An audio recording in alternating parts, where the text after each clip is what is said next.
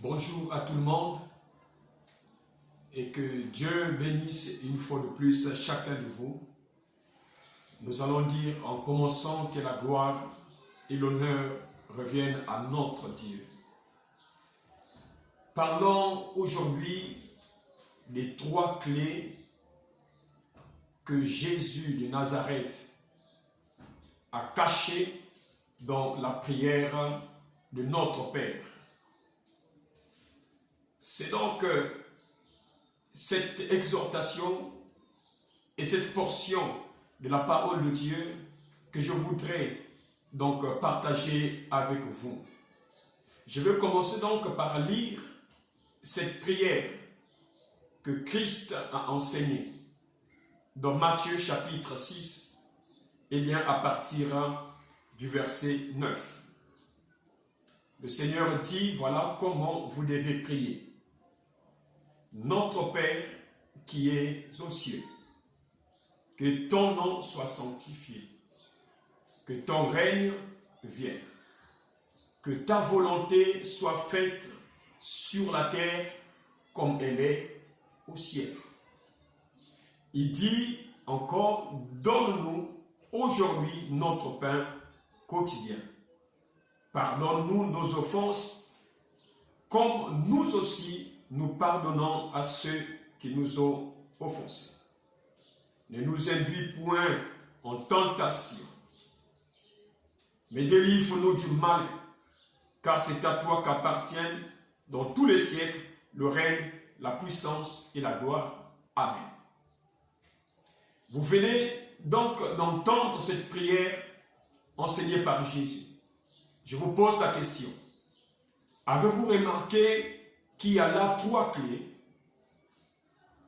Est-ce que vous avez vu que Jésus-Christ nous a présenté trois clés dans cette prière de notre Père?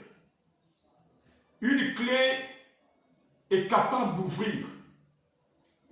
Elle est aussi capable de fermer.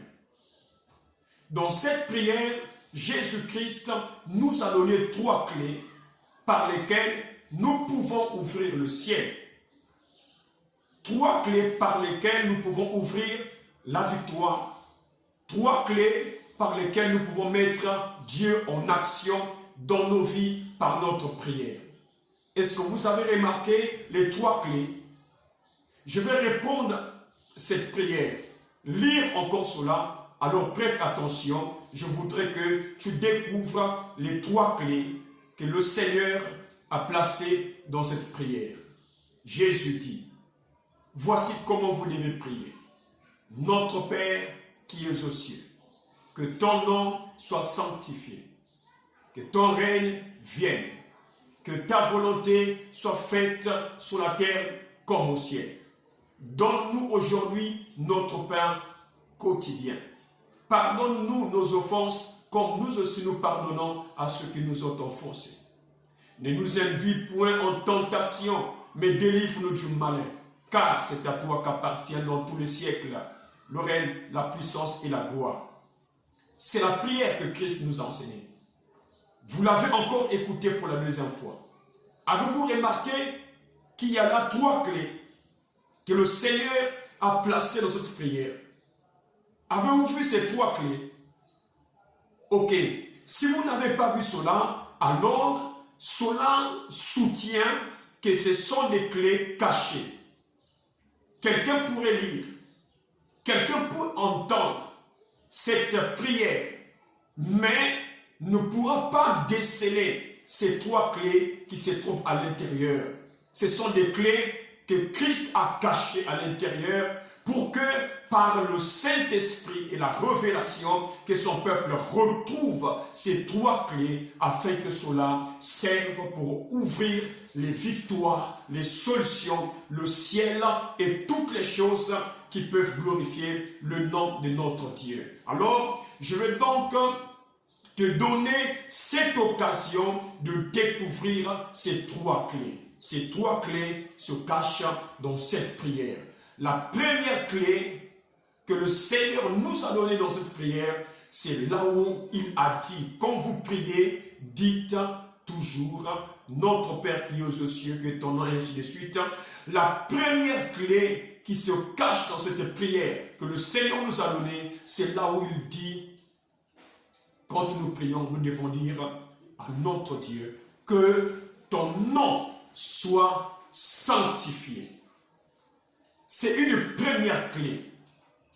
C'est-à-dire que nous demandons à Dieu d'agir sur la terre, d'agir dans notre vie, non pas à cause de nous, non pas à cause de notre prière, non pas à cause de nos œuvres, mais en l'honneur de son nom. Que ton nom soit sanctifié. Or, on ne sanctifie que ce qui est souillé. On ne purifie que ce qui a été touché par une impureté. Et c'est là qu'intervient le contexte de sanctifier ou de purifier. Vous allez donc comprendre, si Christ nous dit dans la prière, vous devez dire à Dieu qu'il sanctifie son nom. C'est une expression, et cette expression cache une clé. Et dans cette clé, nous amenons Dieu à agir, non pas à cause de nous, mais à cause de son nom. Pour donner à son nom de la valeur. Sanctifier son nom, cela veut dire donner une gloire à son nom, élever son nom, donner à son nom une valeur au-delà de tout ce que nous pouvons penser. C'est une clé. Et je vais donc lire une prophétie de la Bible dans Ézéchiel au chapitre 36. Je vais lire cette prophétie pour soutenir ce que je viens de dire. N'oubliez pas, il y a 3 clés. Nous sommes dans la première clé. Que Dieu bénisse richement. Ézéchiel chapitre 36, à son 22e et 23e verset, il est dit ceci.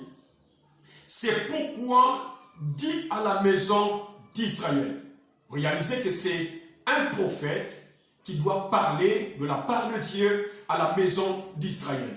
Donc vous aussi, vous devez écouter ça attentivement. C'est pourquoi dis à la maison d'Israël, ainsi parle le Seigneur l'Éternel. C'est Dieu qui parle. Ce n'est pas à cause de vous que j'agis de la sorte. Alors voilà, Dieu signifie à son peuple, ce n'est pas à cause de vous que j'agis de la sorte. Ce n'est pas à cause de vous. Donc l'homme est écarté. Tout ce que l'homme est écarté, Dieu précise que je n'agis pas de la sorte à cause de vous, maison d'Israël. La prophétie continue en disant, c'est à cause de mon nom saint. C'est à cause de mon nom saint que vous avez profané parmi les nations où vous êtes allés. Dieu reconnaît que son nom a été profané, blasphémé. Les gens n'avaient plus de la valeur. Le nom de Dieu n'avait plus de la valeur. L'honneur que ce nom avait, cet honneur n'était plus. Dieu reconnaît et précise cela dans cette vision. Cela prouve à suffisance que le nom de Dieu était comme blasphémé, profané. Et qu'est-ce que Dieu va faire? Par la suite, la Bible dit, je sanctifierai mon grand nom qui a été profané parmi les nations, que vous avez profané au milieu d'elles. Dieu va donc se lancer dans une œuvre qui va consister à sanctifier son nom qui a été profané. Jésus nous a laissé une clé dans la prière, notre Père qui est aux cieux. C'est une prière faite à gauche et à droite, lue, écoutée par-ci par-là, mais seulement il y a des choses qui sont cachées. Aujourd'hui, je vous montre que le nom de Dieu a toujours été profané. Le nom de Dieu a toujours été blasphémé, rejeté. L'honneur que ce nom devait manifester, il arrive des fois que cet honneur n'est plus. Les gens s'en foutent. Et quand Dieu voit cela, Dieu ne peut pas laisser son nom être profané. Il a toujours sanctifié son nom, élevé son nom. Et quand Dieu vient pour sanctifier son nom, tenez-vous bien qu'il va accomplir des choses extraordinaires qui vont faire que la terre entière célèbre le nom de Dieu. Or, vous devez aussi comprendre que le diable souffre. Cette première clé fait souffrir le diable. Parce qu'il y a un nom que le diable ne veut pas voir être élevé sur la terre, c'est le nom de Dieu. Et ce nom qui a été incarné par la personne de Jésus-Christ. Et la Bible dit, au nom de Jésus, tout genou fléchit, dans le ciel, sur la terre et sous la terre. C'est ce nom qui bloque le nom de Satan. C'est ce nom que le diable ne voudrait pas voir. Voilà pourquoi il profane ce nom. Il amène les gens à blasphémer ce nom. Mais la clé, la première de cette prière de notre Père, amène Dieu à descendre et à sanctifier son nom. Je vais essayer d'avancer et prendre les 3 clés à la fin. La deuxième clé que Jésus nous révèle dans la prière de notre Père, c'est que ton règne vienne. C'est une clé. Pourquoi c'est une clé? Quand nous allons dire à Dieu, Jésus savait que quand nous allons nous mettre à dire à Dieu que ton règne vienne, nous appelons quelque chose que le monde de Satan ne peut pas résister, ne peut pas supporter. Mais nous appelons là quelque chose qui réjouit le cœur des fils de Dieu. Parce que partout où Dieu règne, nous sommes en paix. C'est la joie, c'est la domination, c'est l'autorité. Partout où Dieu règne, c'est le diable diminué, les ténèbres vaincues, le péché à terre, la malédiction effacée, la maladie maîtrisée et la paix manifestée. Imaginez Satan qui veut régner sur toute la terre. Combien de fois il combattra le règne de Dieu? Combien de fois il cherchera à ce que ce règne ne se manifeste pas? Mais Jésus nous dit, quand vous priez, vous devez dire que ton règne vienne. Vous devez dire à notre Dieu, vous devez dire au Père que ton règne vienne. Et ça, c'est une clé qui dérange le diable et son monde. Parce qu'ils savent, là où Jésus règne, là où Dieu règne, aucun démon ne peut régner. Et cette prière est une grande bénédiction. Et je peux dire, dans toute la Bible, c'est la plus grande prière qui a été enseignée aux humains. Parce que maintenant, tu es en train de découvrir qu'à l'intérieur, il y avait des clés qu'il nous a révélées et qu'il a cachées là pour qu'un jour nous puissions s'en servir et voir le monde être changé autour de nous et même à l'intérieur de nous. Que ton règne vienne. Je vais lire une écriture dans Apocalypse, chapitre 12, le verset 10. Il est dit ceci. Et j'ai entendu dans le ciel une voix forte qui disait, maintenant le salut est arrivé, et la puissance, et le règne de notre Dieu, et l'autorité de son Christ. Car il a été précipité, l'accusateur de nos frères, c'est lui qui les accusait devant notre Dieu jour et nuit. Quand Dieu installe son règne, Satan doit tomber. Ce verset est clair. L'accusateur a été précipité, le règne de Dieu est venu. Dieu ne peut pas régner quelque part et le diable aussi régner. Là où Dieu règne, Satan tombe, son monde tombe, le péché tombe, tout ce qui est adversité se retrouve à terre parce que Dieu ne peut pas régner et le diable aussi ensemble.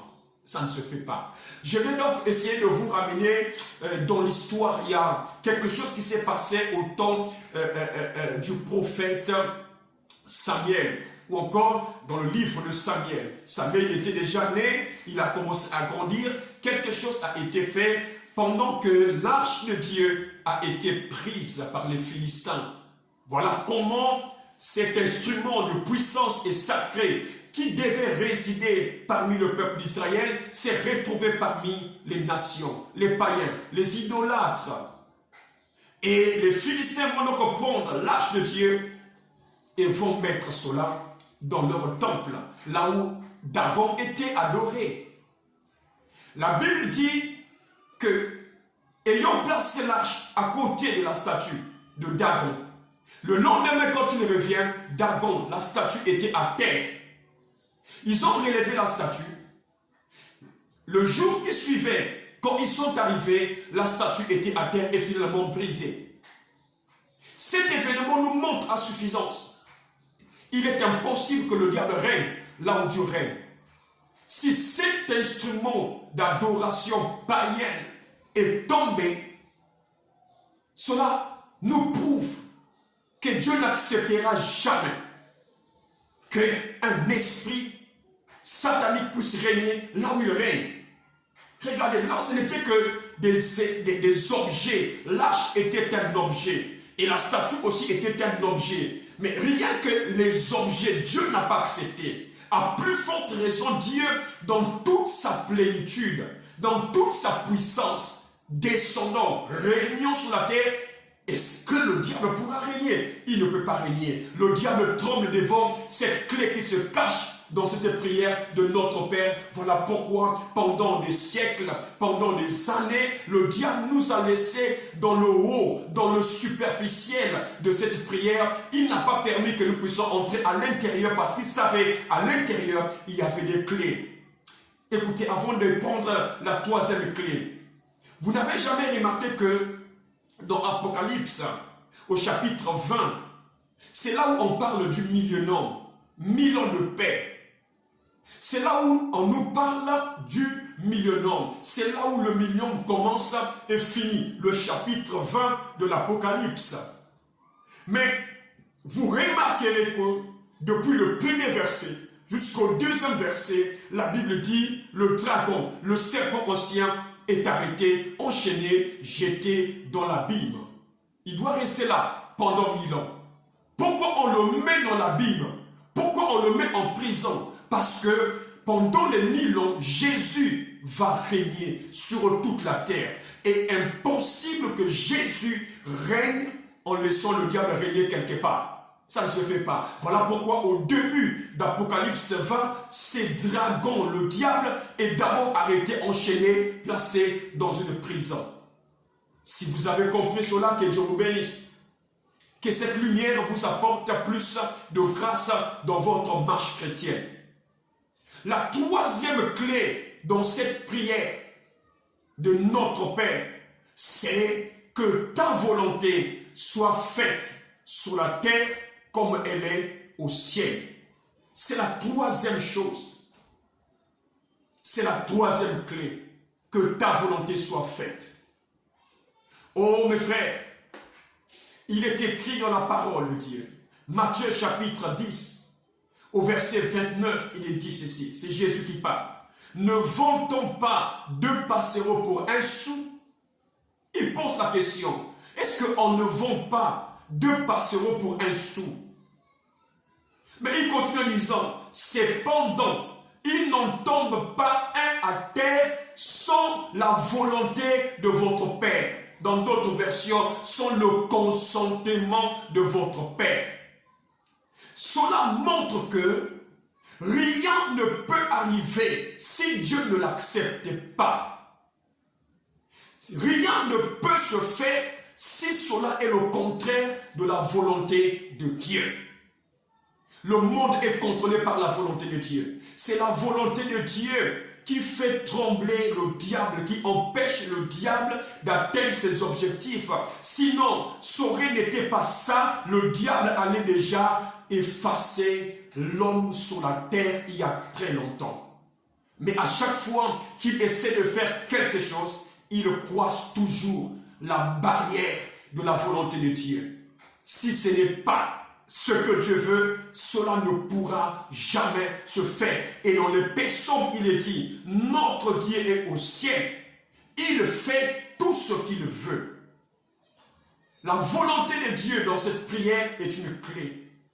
Comme nous disons à Dieu que ta volonté soit faite sur la terre, comme tu l'as établi au ciel, nous paralysons les volontés qui peuvent venir des hommes, du monde des ténèbres, des esprits maléfiques. Nous les paralysons quand nous disons que ta volonté soit faite sur la terre comme au ciel. Quand nous le disons, nous mettons la volonté souveraine de Dieu en action sur la terre et dans nos vies. Et le diable est conscient. Quand la volonté de Dieu s'installe, rien ne peut se faire qui soit contraire à la volonté de Dieu. Je bénis Dieu. Je sais que vous allez comprendre ce que le Seigneur a voulu nous faire comprendre. Les 3 clés sont maintenant en face de vous. Je résume en vous disant, il y a 3 choses qui dérangent le diable. Il ne veut pas que le nom de Dieu soit au-dessus de son nom.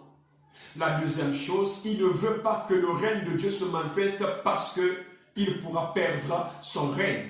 La troisième chose, il ne veut pas que les hommes fassent mention de la volonté de Dieu parce que ça finira toujours par bloquer sa volonté. 3 clés. Et quand vous prenez ces 3 clés, vous appliquez cela dans votre vie, vous commencez à ouvrir là le ciel, à déclencher dans votre vie la gloire de Dieu, la puissance de Dieu, les victoires de Dieu, les solutions de Dieu, parce que ces 3 clés sont capables d'ouvrir.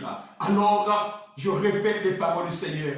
Quand vous priez, dites toujours, notre Père qui es aux cieux, que ton nom soit sanctifié. Tu as maintenant compris qu'est-ce que Jésus voulait dire quand il nous disait de dire toujours que ton nom soit sanctifié, parce que Dieu doit sanctifier son nom dans ta vie, dans ma vie, dans la vie de son peuple. Dieu doit sanctifier son nom. Mais comment Dieu le fera? Il le fera par des miracles. Là où le nom de Dieu a été méprisé, quand Dieu se manifeste, accomplit des miracles, la nuit, le jour, les gens célèbrent le nom de Dieu. Si tu prends cette clé, tu appliques ça dans ta vie, tu attires Dieu à honorer son nom dans ta vie. La deuxième clé, que ton règne vienne.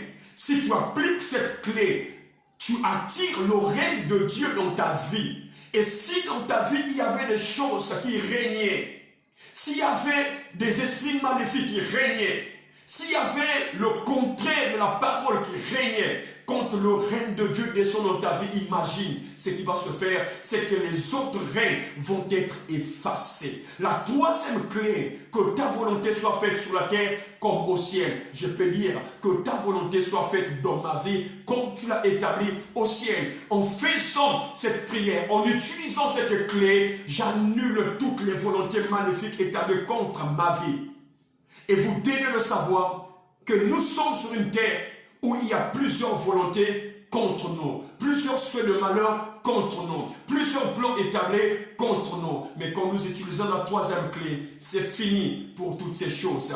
Voilà ce que j'allais partager avec vous. Soyez richement bénis au nom du Seigneur Jésus-Christ. Shalom.